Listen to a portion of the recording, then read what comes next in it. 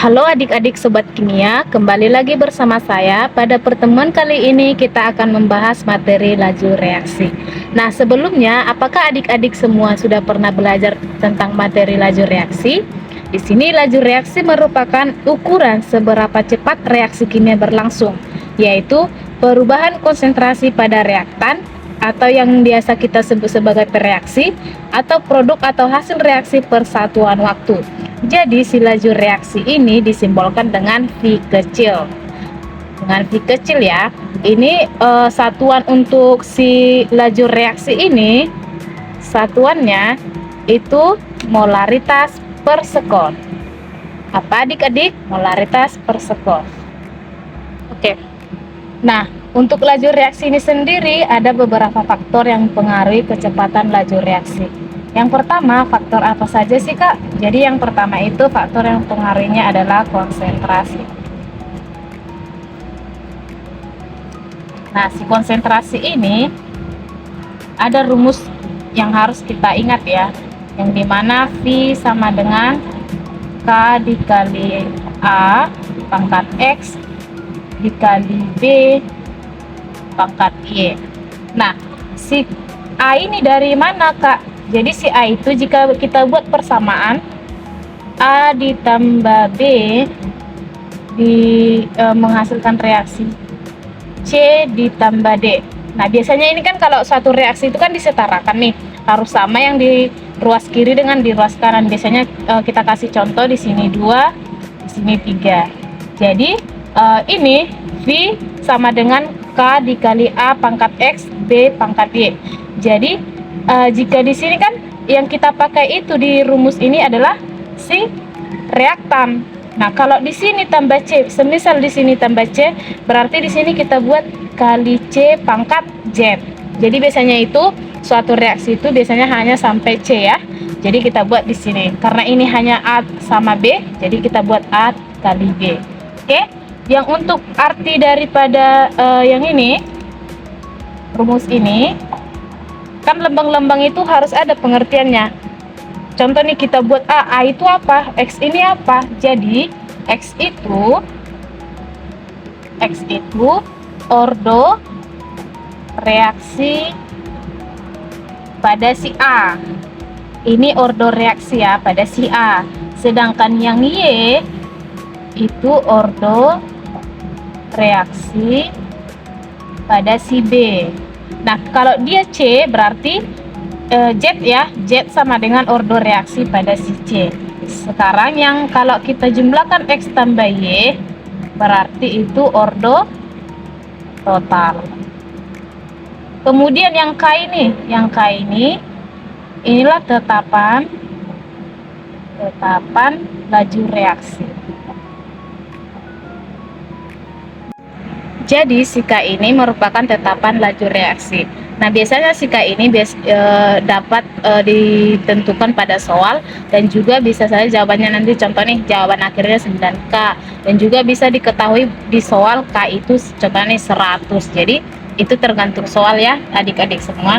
Jadi untuk satuan K itu, satuan K atau tetapan laju reaksi itu molaritas pangkat 1 dikurang ordo total per detik atau sekon. Nah, sekarang kita untuk biasanya kita disuruh mencari V rata-rata. Jadi di sini kakak tuliskan V rata-rata. Nah, itu biasanya disimbolkan dengan VA. Nah, si VA ini kita lihat di sini.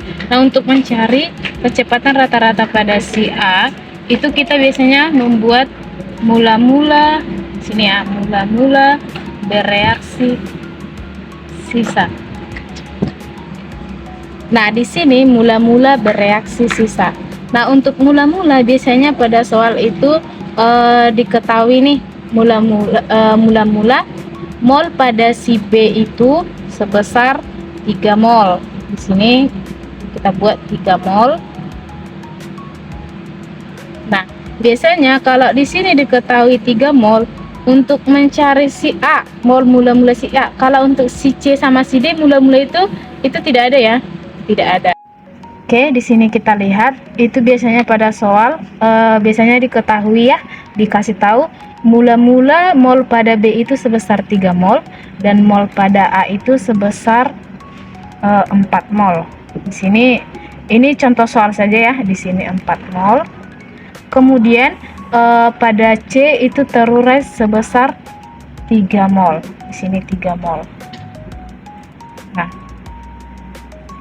untuk mencari berapa mol pada si bereaksi pada A, B, dan CD, kemudian sisa pada A dan B berapa, itu kita harus tahu bahwasanya pada reaktan itu adalah berkurang, sedangkan pada produk bertambah. Nah, kalau kalian ingat pembelajaran pada kelas 10 tentang stoikiometri, bahwasannya pada mula-mula itu untuk produk itu tidak ada, maka dilambangkan dengan strip, artinya itu 0. Jadi kalau di sini untuk melihatnya, karena di sini 3 mol, berarti kalau ini kan tadi produk bertambah, berarti di sini otomatis 3 mol. Nah, untuk mencari yang D itu biasanya adalah bentuk L terbalik. Kalau L kan itu seperti ini, kalau ini L terbalik.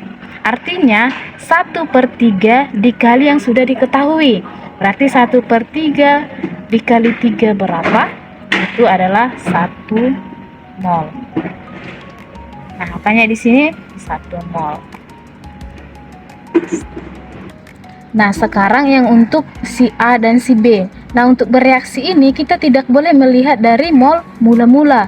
Kalau bereaksi berarti cari yang diketahui. Yang pertama diketahui kan ini tadi 3 mol. Berarti kita harus kalikan ke sini. Berarti si B itu perkaliannya seperti ini ya. Tadi kan seperti ini. Kalau ini kayak gini. Berarti yang kita cari adalah si B 2/3 kali 3. Di sini 2/3 dikali 3 mol. Itu sebesar berapa? Sebesar 2 mol. Di sini ya, 2 mol. Nah, kalau di sini sebesar 2 mol, ini kan 3 mol, ini 2 mol, dikurang kalau di reaktan itu berkurang, berarti 3 mol dikurang 2 mol itu 1 mol. Kemudian yang ini, si A 1/3 dikali 3 mol berarti sebesar 1 mol. 4 mol dikurang 1 mol itu 3 mol. Jadi untuk rumus pada VA ini, VA itu karena A berada di reaktan berarti dia negatif delta A per delta T. Delta T ini adalah total ya, delta total. Yuk. Nah, mengapa ini berkurang negatif? Nanti jawabannya positif juga. Jadi kenapa ini negatif? Karena kan pada reaktan itu berkurang sehingga ini dilambangkan dengan negatif. Nah, untuk VB itu VB juga sama ya, berkurang berarti negatif delta B kok delta B per delta T. Nah, untuk VC itu karena dia berada di produk berarti dia bertambah ya. Kan tadi 0 ditambah 3 mol berarti dia bertambah menjadi positif delta C per delta T. Begitu juga dengan VD berarti positif delta D per delta T. Biasanya pada soal itu diketahui V ruangan. Sini V ruangan. Ini contoh soal saja ya adik-adik. V ruangan sebanyak 1 liter. Nah, biasanya kalau delta T itu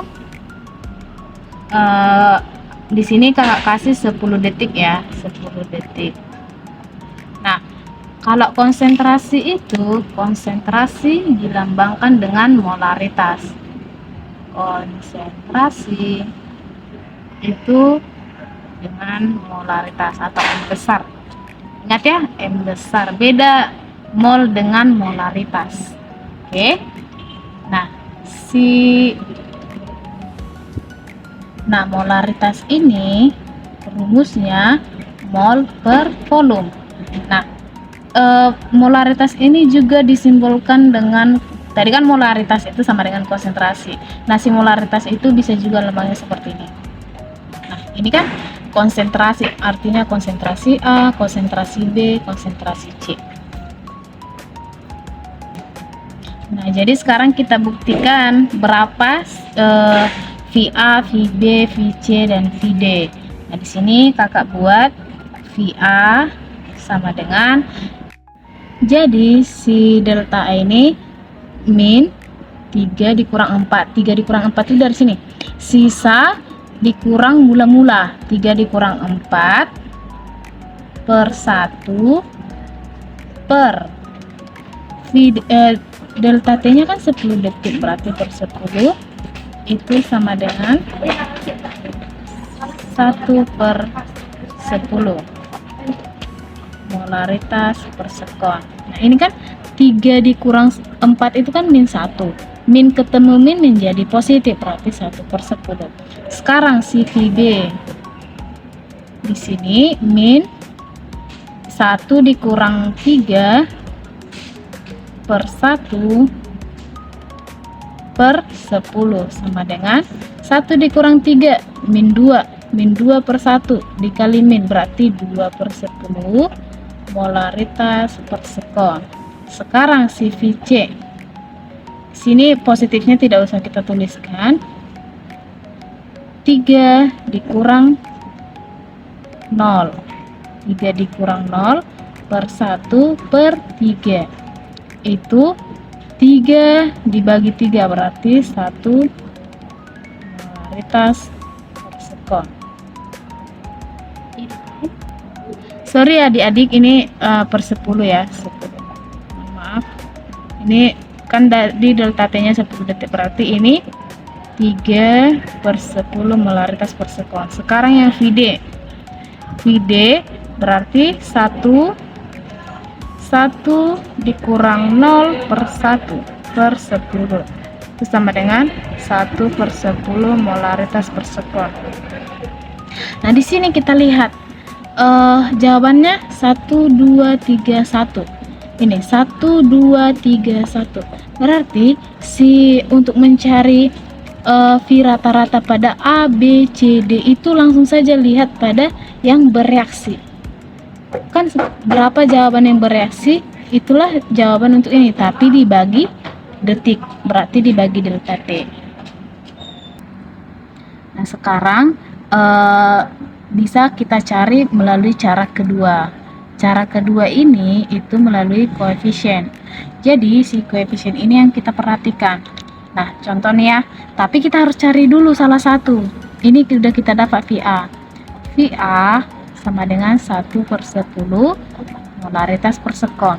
Jadi untuk mencari si VB itu langsung saja, berarti si VB ini kita lihat dari koefisiennya 2 per 1 dikali VA. 2 per 1 dikali VA. Ini ya, 2 per 1 dikali VA. Kenapa VA? Karena tadi kan yang kita utamakan VA udah kita cari nih. Nah, untuk mencari VA ini berarti si VA itu 1 per 10, berarti dia 2 per 10 molaritas per sekon. Nah, sama enggak 2 per 10? Sama ya. Sekarang VC itu kita lihat berarti 3 per 1 dikali VA. Nah, si VA itu kan 1 per 10, berarti ini 3 per 10 molaritas per sekon. Sekarang VD ini kan 1 koefisiennya 1 per 1 dikali VA, berarti 1 per 10 molaritas per sekon. Sama ya. Jadi itu ada cara pertama atau cara kedua, itu tergantung kalian mana mudahnya. Nah, ini kan tadi untuk mencari V rata-rata, sedangkan ini rumus V sesaat. Jadi di sini kakak tuliskan. Jadi sekarang kita akan bahas V sesaat. V saat Itu tadi rumusnya ini ya. K dikali konsentrasi A pangkat X dikali B pangkat Y. Jadi yang untuk konsentrasi ini kita harus memakai yang wujud sini ya. Ini kita harus pakai wujud gas dan aqueous. Jadi selain wujud gas dan aqueous itu kita tiadakan saja. Contoh nih, pada reaktan itu ada wujud gas dan solid. Berarti yang solid itu tidak kita hitung. Nah, yang kita hitung itu hanya untuk berwujud gas dan aqueous. Jadi sekarang ini kita selesaikan ya. Biasanya kalau dalam soal itu, contoh soalnya yang ini ya, biasanya diketahui nih ordo reaksi pada A sekian, ordo reaksi pada B sekian. Jadi untuk menyelesaikannya sini V sama dengan K, kan tadi rumus konsentrasi mol per volume, volumenya sebanyak 1 liter, berarti di sini K dikali untuk konsentrasi A itu, ini yang untuk V saat ini yang kita gunakan sisa ya, sedangkan kalau V rata-rata tadi kan untuk yang bereaksi, hasilnya yang bereaksi. Jadi sekarang kita menggunakan yang sisa, berarti untuk A 3/1 liter. Order reaksinya ini biasanya kita buat ya 2 kalau udah diketahui di soal. Kemudian yang untuk konsentrasi B itu B 1/1 liter. Ini biasanya 1 atau kita kasih 1 ya, kita kasih 1. Jadi di sini 3 dikuadratkan itu kan 9, 1 di pangkat 1 berarti sebanyak 9K. Nah, 9K ini kecepatan laju reaksi. Nah, bisa saja K ini dikasih tahu di soal. Contohnya ini ada 100K, sebanyak 100 berarti kecepatannya sebanyak 900. Faktor yang mempengaruhi laju reaksi itu ada suhu atau yang dilambangkan dengan T besar.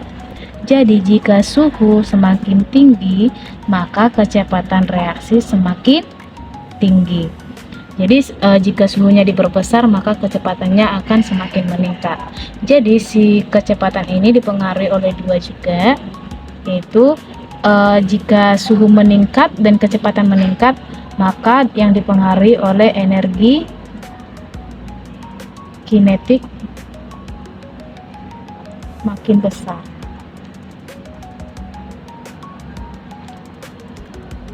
Nah, ini juga dipengaruhi frekuensi atau energi tumbukan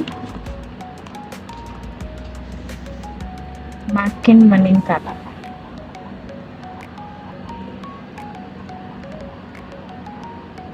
Jadi itu biasanya ada rumus ya, itu rumus ini bisa tergantung sekolah, tapi kakak buatkan rumus yang ini, dimana V2 sama dengan V1 dikali mol pangkat delta T per A. Sini kakak jelaskan yang dimana mol ini N sama dengan kenaikan laju setiap kenaikan suhu A. Jadi si N ini kenaikan laju setiap kenaikan suhu A, maka si A itu kebalikannya ya, kenaikan suhu setiap N. Nah, langsung saja kita masuk ke contoh, dimana di sini kakak tuliskan contoh soalnya, setiap kenaikan suhu 10 derajat Celcius, laju meningkat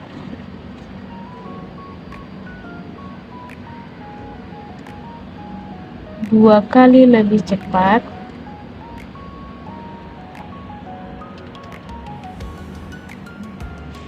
jika pada suhu 25 derajat Celcius lajunya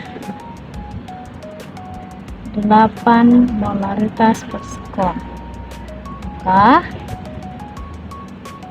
pada suhu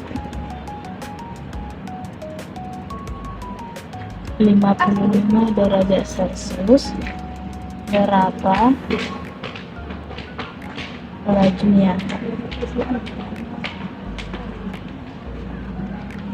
Soal tadi dimana diketahui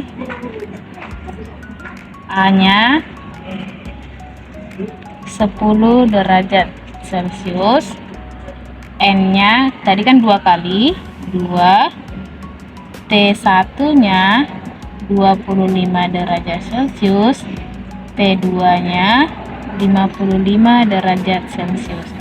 Dari sini tadi diketahui bahwasanya pada suhu 25 derajat Celcius laju reaksinya sebesar 8 molaritas per sekon. Nah, sekarang yang untuk T2 inilah yang harus kita cari V2-nya. Jadi yang ditanya itu V2. Jadi dari rumus tadi kan, dimana V2, nah langsung saja rumus tadi, yaitu V1 dikali mol dipangkat delta T per A. Jadi V1 nya sebesar 8, kemudian molnya 2, delta T nya yang ini T2 dikurang T1 berarti 55 dikurang 25 per A nya 10, berarti 8 dikali 2 pangkat, nih 55 dikurang 25 30, berarti 30 per 10 itu 3, 8 dikali 2 pangkat 3 dikali 8 berarti hasilnya 64 molaritas per sekon. V2 nya sebesar 64 molaritas per sekon. Nah, sekarang faktor yang ketiga, yaitu ada tekanan.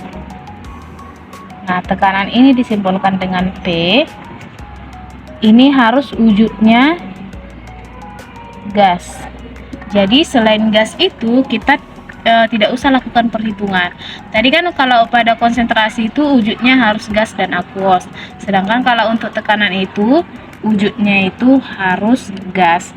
Jadi jika tekanan diperbesar, maka kecepatan juga akan semakin meningkat. Nah, tekanan sebanding dengan konsentrasi. Sebanding dengan konsentrasi. Jadi volume berbanding terbalik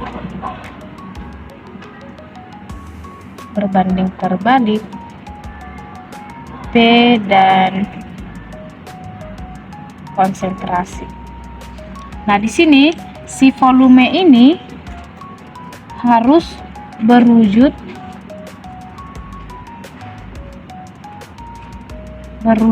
gas dan aqueous. Jadi yang berwujud gas itu hanya tekanan ya, kalau volume itu berlaku untuk wujud gas dan aqueous. Nah, sekarang yang keempat, faktor yang pengaruhnya adalah luas permukaan atau wujud ya. Nah, luas permukaan ini dipengaruhi oleh kecepatan laju reaksi. Jadi di sini tidak ada hitungan ya. Biasanya itu adalah soal atau cerita yang dimana uap itu luas permukaannya lebih besar daripada cairan dan lebih besar daripada serbuk dan lebih besar lagi daripada butiran. Nah, serbuk ini kan biasanya obat-obatan nih, itu kan dominan si cairan atau obat sirup yang lebih meresap ke dalam tubuh daripada serbuk. Nah, contoh nih kalau uap itu kan jika menguap, jika kita menghirup uap daripada uap itu kan langsung menyengat ke hidung kita sehingga uapnya langsung tersebar ke seluruh tubuh. Beda dengan cairan itu harus diminum dulu, harus mengalir dulu dari tenggorokan. Dan serbuk biasanya itu hanya sedikit kita hirup kalau serbuk. Kalau butiran itu meminimalisir proses peluruhannya. Nah, sekarang kakak kasih contoh, biasanya ini ya dalam bentuk tabel. Di soal itu biasanya dalam bentuk tabel. Di sini A, B, C, D. Di sini wujud,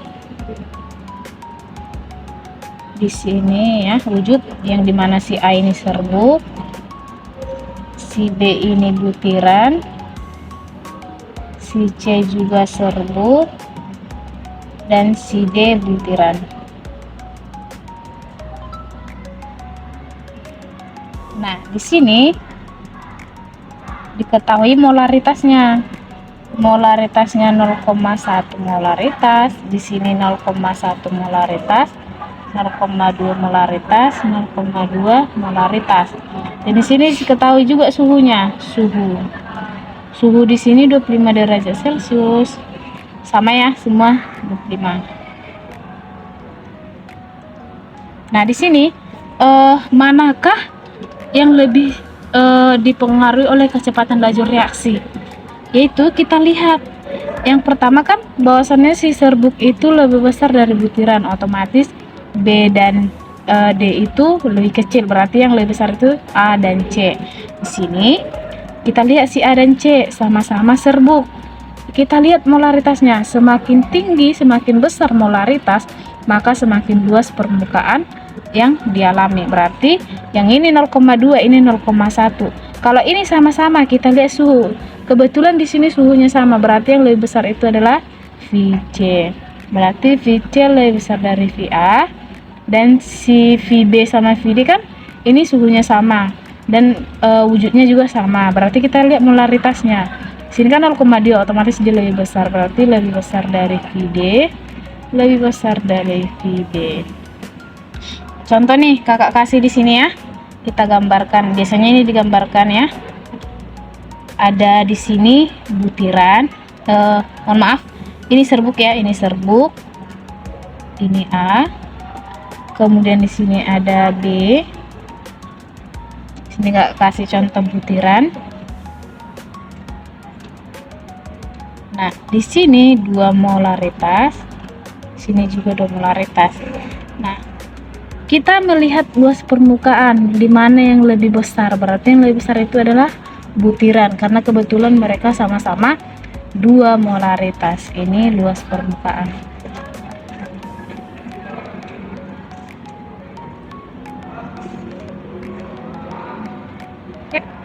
Nah, yang kelima itu ada katalis.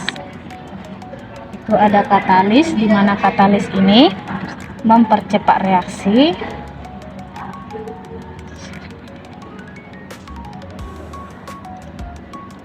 dan dapat menurunkan energi aktivasi. Nah, energi aktivasi berarti si katalis ini fungsinya mempercepat reaksi dan menurunkan energi aktivasi. Biasanya pada soal itu digambarkan dalam suatu diagram energi. Diagram energi. Nah, diagram energi ini kita gambarkan ya. Contohnya seperti ini.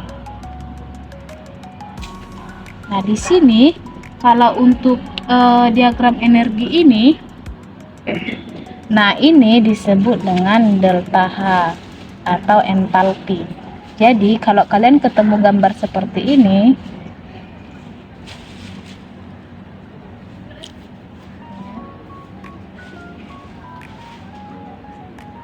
maaf gambarnya agak gimana ya.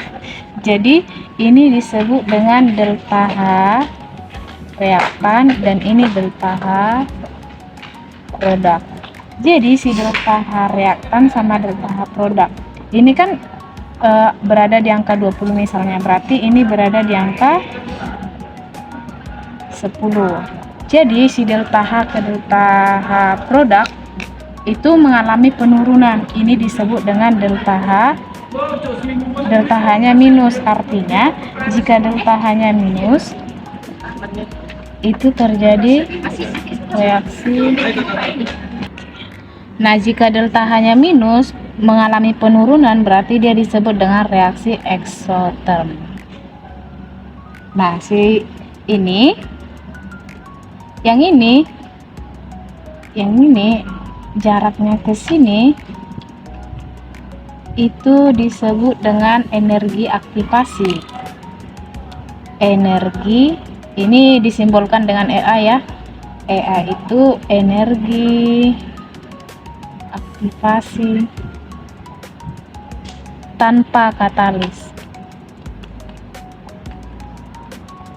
Sedangkan jika gambarnya seperti ini ya, biasanya ada ininya.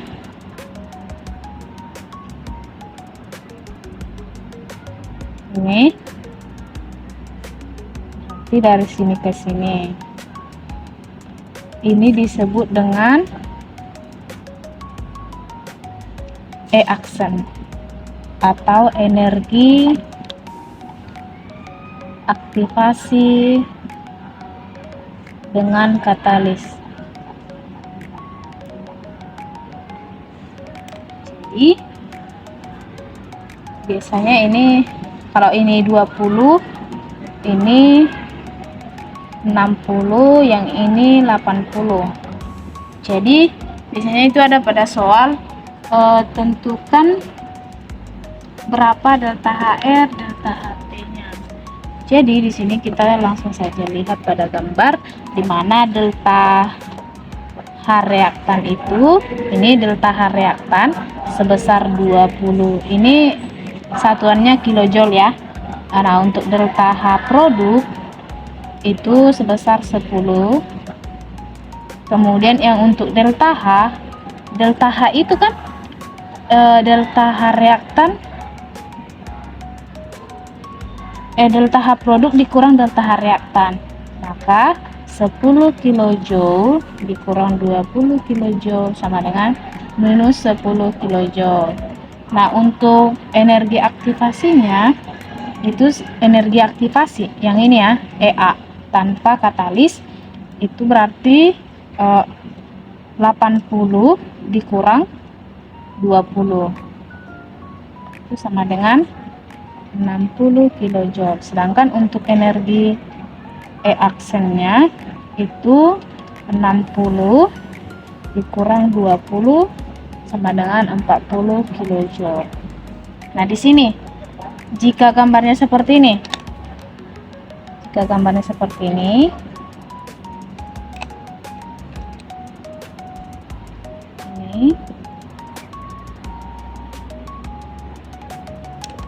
ini delta H ya, ini delta H. Nah, jika gambarnya seperti ini, berarti yang ini delta HR, ini delta HE. Berarti si delta HR ini, yang ini tadi kan delta HR ke delta HP, berarti dia menurun. Sedangkan ini meningkat, berarti ini disebut delta H-nya positif. Kalau delta H-nya positif, berarti ini disebut dengan reaksi endoterm. Jadi di sini sama dengan halnya yang seperti tadi, caranya. Yang ini tadi kan delta H positif. Nah, ya, dari sini ke sini itu disebut dengan EA. Kemudian jika gambarnya seperti ini, yang ini disebut dengan EA aksen. Baik, mungkin sekian untuk penjelasan tentang lajur reaksi. Seperti yang sudah kakak jelaskan, ada 5 ya faktor-faktor yang mempengaruhi lajur reaksi. Yang pertama itu ada konsentrasi, yang kedua ada suhu, yang ketiga tekanan, yang keempat luas permukaan, dan terakhir itu katalis. Dimana katalis itu untuk mempercepat reaksi. Dimana dalam diagram energi itu ada 2 delta H. Jika delta H-nya negatif atau mengalami penurunan, itu disebut dengan eksoterm. Dan jika delta H-nya mengalami kenaikan atau positif, berarti dia endoterm. Mungkin sekian penjelasan Untuk pertemuan tentang materi laju reaksi, saya ucapkan sekian dan terima kasih. Akhirnya Tuhan.